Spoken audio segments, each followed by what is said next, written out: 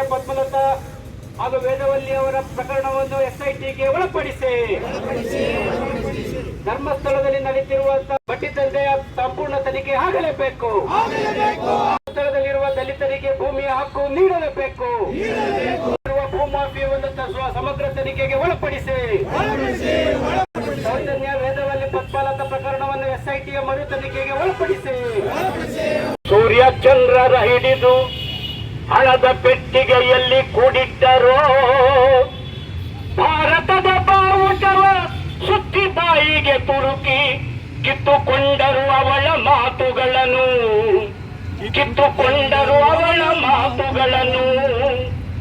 ಕತ್ತಿಯನ್ನು ಹಿಡಿದವರು 10 ಜನ ನುಗ್ಗಿ ಎತ್ತಿಕೊಂಡರು ಅವಳ ಹಣ್ಣಿನಂತೆ ಮುಖಕ್ಕೆ ಧುಮಕನೆ ಉಗಿಯಬೇಕೆನಿಸಿದ್ದವಳಿಗೆ ಮುಖಗಳೇ ಇರಲಿಲ್ಲ ಬಂದವರಿಗೆ. ಇದೇ ಘಟನೆ ಆಗಿರೋದು. ಸಪ್ತ ಸಾಗರವೆತ್ತು ಬರಸೆಳೆದುಕೊಂಡಂತೆ ಕಾಮುಕರ ಸರಪಳಿಗೆ ಒಳಗಾದಳು. ಬೇಟೆಗಾರರು ಎಸೆದ ಬಲೆಯೊಡನೆ ಸೆಳೆಸುತ್ತ ಪಂಜುಗಳ ಪಹರೆಯಲ್ಲಿ ಮರೆಯಾದಳು. ಭಾರತ ದೇಶದ ಬೀದಿಯ ತುಂಬ ಬೆಳ್ಳಿ ಬಾಕುಗಳ ಮೆರವಣಿಗೆ, ರಕ್ತದರ್ಕಲೆಯಿಂದೀಚೆಗೆ ಒಳದ ಚಿಂದಿ ಬಟ್ಟೆಗಳ ಮೆರವಣಿಗೆ. ಚಿಂದಿ ಬಟ್ಟೆ ಇರ್ತಕ್ಕಂಥ ಬಡತನ ಇರ್ತಕ್ಕಂಥ ಜನಗಳೊಟ್ಟಿಗೆ ನೀವು ಆಟ ಆಡ್ತಾ ಇದ್ದೀರಲ್ಲ, ಅದು ಯಾವ ಧರ್ಮಸ್ಥಳ ಅಂತ ಅದಕ್ಕೆ ನಾನು ಕೇಳಿದ್ದು.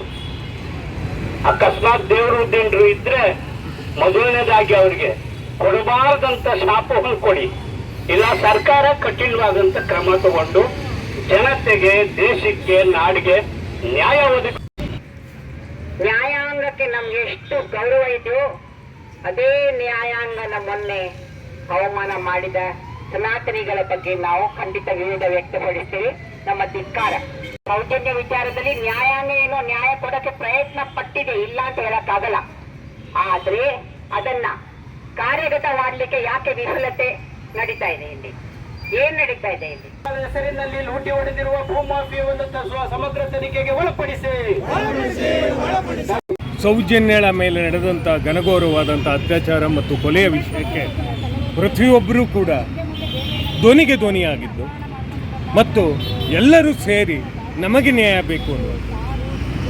ಅದರ ಅರ್ಥ ಮಾನವತೆಗೆ ನಾವು ತುಡಿತಿದ್ದೇವೆ, ಸರ್ಕಾರಗಳನ್ನ ನಂಬಿದ್ದೇವೆ, SIT ತನಿಖೆಗಳನ್ನ ಪ್ರಾರಂಭಿಸಿದ್ದೆ, SITಯು ಕೂಡ ಪ್ರಾಮಾಣಿಕವಾಗಿ ಕೆಲಸ ಮಾಡ್ತಿದೆ ಅನ್ನುವ ಸಂದರ್ಭದಲ್ಲಿಯೇ ಅನೇಕ ಅನುಮಾನಗಳು ಸೃಷ್ಟಿಯಾದವು.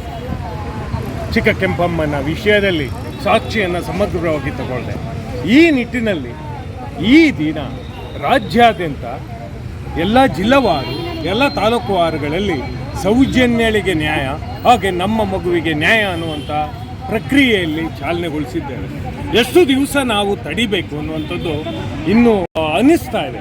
ಯಾಕೆಂದರೆ ಭಾಳಷ್ಟು ಅಸಮಾಧಾನಗಳೊಡನೆ, ಭಾಳಷ್ಟು ನೋವುಗಳೊಡನೆ ಸಂಘಟಿತವಾಗಿ ಧ್ವನಿಯಾಗಲಿಕ್ಕೆ ಇಲ್ಲಿಗೆ ಬಂದಿದ್ದೇವೆ. ಈ ಸುಡು ಬಿಸಿಲಿನಲ್ಲಿ ನಾವು ಕೇಳ್ತಾ ಇರುವುದು ನ್ಯಾಯವನ್ನಷ್ಟೇ. ನ್ಯಾಯ ಮತ್ತಷ್ಟು ದಕ್ಕಲೇಬೇಕು. ನಮ್ಮ ಮಗುವಿಗೆ ನ್ಯಾಯ ಮತ್ತು ನಮಗಾದ ಅವಮಾನಗಳಿಗೆ ನ್ಯಾಯ ಅನ್ನುವ ನಿಟ್ಟಿನಲ್ಲಿ ಭಾಳಷ್ಟು ಜನ ಬಂದಿದ್ದಾರೆ.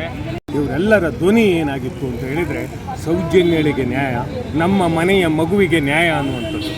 ಈ ನ್ಯಾಯ ಅನ್ನುವಂಥದ್ದು ನಿಧಾನಗತಿಯ ನಡೆ ಆದರೆ ಆಕ್ರಮಣಶೀಲವಾದಂಥ ನಡೆ ನಮ್ಮದಾಗತ್ತೆ ಅನ್ನುವಂಥದ್ದು ಹೋರಾಟಗಾರರ ಒಕ್ಕರಲ್ಲಿನ ಧ್ವನಿ. ಯಾಕೆ ಅಂತಂದರೆ ಆಕ್ರಮಣಶೀಲವಾದಂಥ ಧ್ವನಿಗೆ ನೀವು ಧ್ವನಿಯಾಗಬಾರ್ದು. ಸೌಜನ್ಯಳಿಗೆ ನ್ಯಾಯ ಕೊಡುವ ನಿಟ್ಟಿನಲ್ಲಿ ಸಮಗ್ರವಾಗಿ, ತುರ್ತಾಗಿ ನ್ಯಾಯ ಒದಗಿಸುವ ನಿಟ್ಟಿನಲ್ಲಿ ನಮ್ಮ ಪ್ರಯತ್ನಗಳು ಸಾಗಬೇಕು ಅನ್ನುವ ನಿಟ್ಟಿನಲ್ಲಿ ನಿಮ್ಮ ಸರ್ಕಾರ ಯೋಚಿಸಬೇಕು.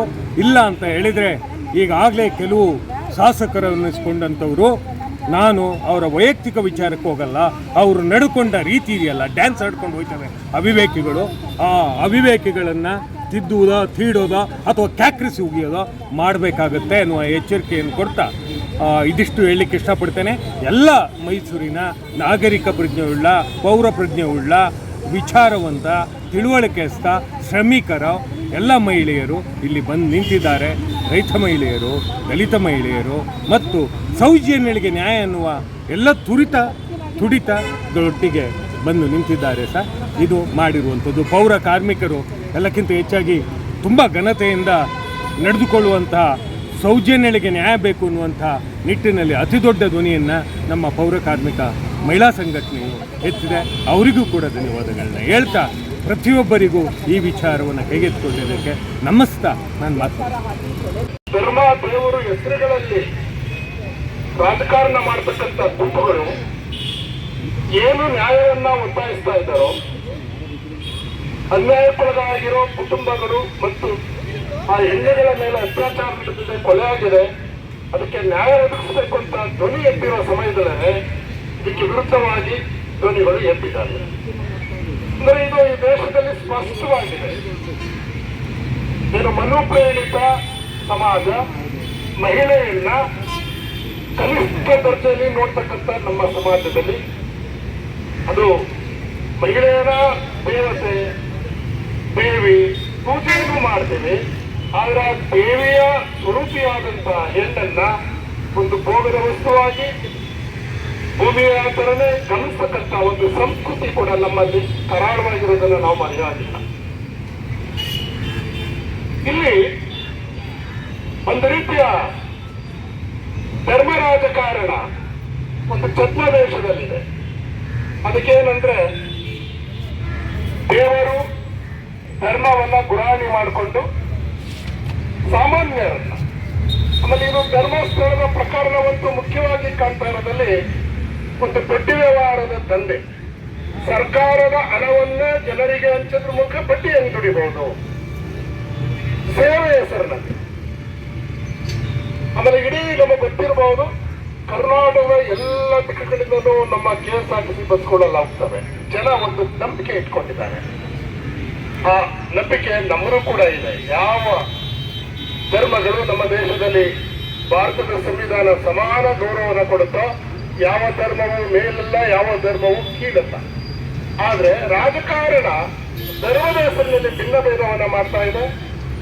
ನಮಗೆ ಗೊತ್ತಿದೆ, ದೇಶ ರಾಜಕಾರಣದ ಮೂಲಕ ಅಲ್ಪಸಂಖ್ಯಾತರನ್ನು ನಾವು ಹೇಗೆ ದೇಶದ ವಿರೋಧಿಗಳಾಗಿ ನಿಲ್ಲಿಸಿದ್ದೇವೆ. ಅದರ ಜೊತೆಗೆ ಈಗ ಹೊಸದಾಗಿ ಶುರುವಾಗ್ತಕ್ಕಂಥ ಅವತಾರಗಳನ್ನು ನಾವು ನೋಡ್ತಾ ಇದ್ದೀವಿ. ಪ್ರಜಾಪ್ರಭುತ್ವದ ಮುಖೇನವೇ ಏನು ಮೆಜಾರಿಟಿ ಪಾಲಿಟಿಕ್ಸ್ ಮಾಡ್ತಾ ಇದೆ ರಾಜಕೀಯ ಪಕ್ಷಗಳು. ಬಹುಮತದ ಆಯ್ಕೆ ಮೂಲಕ ಎಲ್ಲವನ್ನು ಸಂವಿಧಾನದ ಆಶಯಗಳನ್ನ ಗಾಳಿಗೆ ತೋರೋದನ್ನ ನೋಡ್ತಾ ಇದ್ದೀವಿ. ನ್ಯಾಯಾಲಯದಲ್ಲೂ ಕೂಡ ಮುಖ್ಯ ನ್ಯಾಯಾಧೀಶರಿಗೆ ಅವರ ಜೀವಕ್ಕೆ ಗ್ಯಾರಂಟಿ ಇಲ್ಲ, ಈಗ ಆ ಸ್ಥಿತಿಯಲ್ಲಿ ಇದೆ. ಮತ್ತೆ ಹೆಣ್ಣು ಮಕ್ಕಳನ್ನ ಕೇಳೋರು ಯಾರು? ಆದ್ರೆ ಇಲ್ಲಿ ವಿಚಿತ್ರ ನಡೀತಾ ಇರೋದೇನಂದ್ರೆ, ಮಾಧ್ಯಮಗಳೇ ಶೋಷಕರ ಪರವಾಗಿರೋದು, ಅತ್ಯಾಚಾರಿಗಳ ಪರ ವಹಿಸ್ತಾ ಇರೋದು, ವಕಾಲತ್ತು ವಹಿಸ್ತಾ ಇರೋದು. ಆಗ ಜನಸಾಮಾನ್ಯರು ಸುಮ್ಮನೆ ಇರ್ಲಿಕ್ಕಾಗಲ್ಲ, ಧ್ವನಿ ಎತ್ತಬೇಕಾಗುತ್ತೆ. ಆದ್ರೆ ಸೌಜನ್ಯ ಪ್ರಕರಣದ ಮೂಲಕ ಇಡೀ ರಾಜ್ಯದ ಜನ ಮಹಿಳೆಯರು ಧ್ವನಿ ಎತ್ತಿದ್ದಾರೆ. ಯಾವ ಧರ್ಮವೂ ನೀವು ಅತ್ಯಾಚಾರ ಮಾಡಿ, ಕೊಲೆಯನ್ನ ಮಾಡಿ, ಬೇರೆಯವರ ಆಸ್ತಿಯನ್ನ ಲಂಬಾಯಿಸಿ ಅಂತ ಧರ್ಮ ದೇವರು ಹೇಳುತ್ತೆ ಅಂದ್ರೆ ಅದನ್ನ ಯಾಕೆ ನಂಬೇಕು ನಾವು? ಭೂಮಿ ಯಾವ್ದಾದ್ರು ದಲಿತರದಿದೆ, ಸಾಮಾನ್ಯರದಿದೆ, ಅವರು ಬಲಾಢ್ಯರಲ್ಲ ಅಂದ್ರೆ ಅಲ್ಲಿ ಭೂಮಿ ಕಬಳಿಸ್ಲಿಕ್ಕೆ ವ್ಯವಸ್ಥಿತವಾಗಿ ಸಂಚನ್ನ ನಾವು ನೋಡ್ತಾ ಇದ್ದೀವಿ. ಈಗಾಗಲೇ ಏನು ಅಲ್ಲಿ ಸತ್ತಿರೋರ್ನ ಸಾಕ್ಷಿ ಸಮೇತ ಹಿಡಿತಾ ಇದ್ದಾರೆ, ಅದನ್ನು ತಪ್ಪಿಸ್ತಕ್ಕಂಥ ಕೆಲಸ ನಡೀತಾ ಇದೆ. ಏನು CID ರಾಜ್ಯ ಸರ್ಕಾರ ನೇಮಕ ಮಾಡಿದೆ, ಅದ್ರ ಬಗ್ಗೆ ನಮಗೆಲ್ಲ ಒಂದು ನಂಬಿಕೆ ಇದೆ. ಏನೆಲ್ಲ ಕಲ್ಪಿಟ್ಗಳಿದ್ದಾರೆ, ಅಪರಾಧಿಗಳಿದ್ದಾರೆ, ಅಪರಾಧಿಗಳನ್ನ ಬೆತ್ತಲೆಗೊಳಿಸಬೇಕು. ಅವ್ರಿಗೆ ಭಾರತದ ಸಂವಿಧಾನದ ಕಾನೂನಾತ್ಮಕವಾಗಿ ಅವ್ರಿಗೆ ದಂಡನೆಯನ್ನು ಕೊಡಬೇಕಾಗುತ್ತೆ. ಇದು ಕೊಡದೆ ಹೋದ್ರೆ ಧರ್ಮಸ್ಥಳದಲ್ಲೇ ಅಧರ್ಮ ಮತ್ತು ಅನ್ಯಾಯಕ್ಕೆ ಸಾಕ್ಷಿ ಆಗುತ್ತೆ ಅನ್ನೋದು ನಾವು ಮರೆಯಾಗಿಲ್ಲ. ಮಂಜುನಾಥ ಸ್ವಾಮಿಯೇ ಕಣ್ಣು ಮುಚ್ಚಿ ಕುಳಿತಯ, ಅಣ್ಣಪ್ಪ ಸ್ವಾಮಿಯೇ ಕಣ್ಣು ಬಿಟ್ಟು ನೋಡೆಯ, ಅಣ್ಣಪ್ಪ ಸ್ವಾಮಿಯೇ ಕಣ್ಣು ಬಿಟ್ಟು ನೋಡೆಯ. ಅತ್ಯಾಚಾರಿ ಕೊಲೆಗಡುಕರು ಅಟ್ಟಹಾಸ ಮೆರೆಯುತ್ತಿರುವರು, ಅಟ್ಟಹಾಸ ಮೆರೆಯುತ್ತಿರುವರು. ಎಂಜಲು ತಿಂದ ಪೊಲೀಸರು ಕುಮ್ಮಕ್ಕು ನೀಡುತ್ತಿರುವರು, ಎಂಜಲು ತಿಂದ ಪೊಲೀಸರು ಕುಮ್ಮಕ್ಕು ನೀಡುತ್ತಿರುವರು. ಮಂಜುನಾಥ ಸ್ವಾಮಿಯೇ ಕಣ್ಣು ಮುಚ್ಚಿ ಕುಳಿತಯ, ಮಂಜುನಾಥ ಸ್ವಾಮಿಯೇ ಕಣ್ಣು ಮುಚ್ಚಿ ಕುಳಿತಯ. ಅಣ್ಣಪ್ಪ ಸ್ವಾಮಿಯೇ ಕಣ್ಣು ಬಿಟ್ಟು ನೋಡೆಯ, ಅಣ್ಣಪ್ಪ ಸ್ವಾಮಿಯೇ ಕಣ್ಣು ಬಿಟ್ಟು ನೋಡೆಯ. ಧರ್ಮದ ಹೆಸರಿನಲ್ಲಿ ದರ್ಬಾರು ಮಾಡುವರು, ಧರ್ಮದ ಹೆಸರಿನಲ್ಲಿ ದರ್ಬಾರು ಮಾಡುವರು. ದೇವರ ಹೆಸರೇಳಿ ಅನ್ಯಾಯ ಮಾಡುವರು, ದೇವರ ಹೆಸರೇಳಿ ಅನ್ಯಾಯ ಮಾಡುವರು. ಮಂಜುನಾಥ ಸ್ವಾಮಿಯೇ ಕಣ್ಣು ಮುಚ್ಚಿ ಕುಳಿತೆಯ, ಮಂಜುನಾಥ ಸ್ವಾಮಿಯೇ ಕಣ್ಣು ಮುಚ್ಚಿ ಕುಳಿತೆಯ. ಅಣ್ಣಪ್ಪ ಸ್ವಾಮಿಯೇ ಕಣ್ಣು ಬಿಟ್ಟು ನೋಡೆಯ, ಅಣ್ಣಪ್ಪ ಸ್ವಾಮಿಯೇ ಕಣ್ಣು ಬಿಟ್ಟು ನೋಡೆಯ. ಬಡವರ ಭೂಮಿ ಕಬಳಿಸಿ ಬಂಗಲೆಗಳ ಕಟ್ಟುತ್ತಿಹರು, ಬಡವರ ಭೂಮಿ ಕಬಳಿಸಿ ಬಂಗಲೆ ಕಟ್ಟುತ್ತಿಹರು. ನ್ಯಾಯ ಕೇಳಲು ಹೋದ್ರೆ ಸೊಲ್ಲಡಗಿಸಿ ಬಿಡುವರು, ನ್ಯಾಯ ಕೇಳಲು ಹೋದ್ರೆ ಸೊಲ್ಲಡಗಿಸಿ ಬಿಡುವರು. ಮಂಜುನಾಥ ಸ್ವಾಮಿಯೇ ಕಣ್ಣು ಮುಚ್ಚಿ ಕುಳಿತೆಯ, ಮಂಜುನಾಥ ಸ್ವಾಮಿಯೇ ಕಣ್ಣು ಮುಚ್ಚಿ ಕುಳಿತೆಯ. ಅಣ್ಣಪ್ಪ ಸ್ವಾಮಿಯೇ ಕಣ್ಣು ಬಿಟ್ಟು ನೋಡೆಯ, ಅಣ್ಣಪ್ಪ ಸ್ವಾಮಿಯೇ ಕಣ್ಣು ಬಿಟ್ಟು ನೋಡೆಯ. ಚಂದದ ಹೆಣ್ಣುಗಳು ಕಣ್ಣಿಗೆ ಬಿದ್ದರೆ ಸಾಕು, ಚಂದದ ಹೆಣ್ಣುಗಳು ಕಣ್ಣಿಗೆ ಬಿದ್ದರೆ ಸಾಕು. ಅತ್ಯಾಚಾರ ಹತ್ಯೆ ಮಾಡಿ ಮುಚ್ಚಿ ಹಾಕಿ ಬಿಡುವರು, ಅತ್ಯಾಚಾರ ಹತ್ಯೆ ಮಾಡಿ ಮುಚ್ಚಿ ಹಾಕಿ ಬಿಡುವರು. ಕಣ್ಣು ಮಂಜುನಾಥ ಸ್ವಾಮಿಯೇ ಕಣ್ಣು ಮುಚ್ಚಿ ಕುಳಿತೆಯ, ಅಣ್ಣಪ್ಪ ಸ್ವಾಮಿಯೇ ಕಣ್ಣು ಬಿಟ್ಟು ನೋಡೆಯ. ದೇವಮಾನವನ ಬಣ್ಣ ಬಯಲು ಮಾಡೋಣ ಬನ್ನಿ, ಮಾನವನ ಬಣ್ಣ ಬಯಲು ಮಾಡೋಣ ಬನ್ನಿ. ನ್ಯಾಯಪರ ಹೋರಾಟ ಮಾಡೋಣ ಬನ್ನಿರಣ್ಣ, ನ್ಯಾಯಪರ ಹೋರಾಟ ಮಾಡೋಣ ಬನ್ನಿರಣ್ಣ. ಮಂಜುನಾಥ ಸ್ವಾಮಿಯೇ ಕಣ್ಣು ಮುಚ್ಚಿ ಕುಳಿತೆಯ, ಮಂಜುನಾಥ ಸ್ವಾಮಿಯೇ ಕಣ್ಣು ಮುಚ್ಚಿ ಕುಳಿತೆಯ. ಅಣ್ಣಪ್ಪ ಸ್ವಾಮಿಯೇ ಕಣ್ಣು ಬಿಟ್ಟು ನೋಡೆಯ, ಅಣ್ಣಪ್ಪ ಸ್ವಾಮಿಯೇ ಕಣ್ಣು ಬಿಟ್ಟು ನೋಡೆಯ. ಜೈ ಸೌಜನ್ಯ.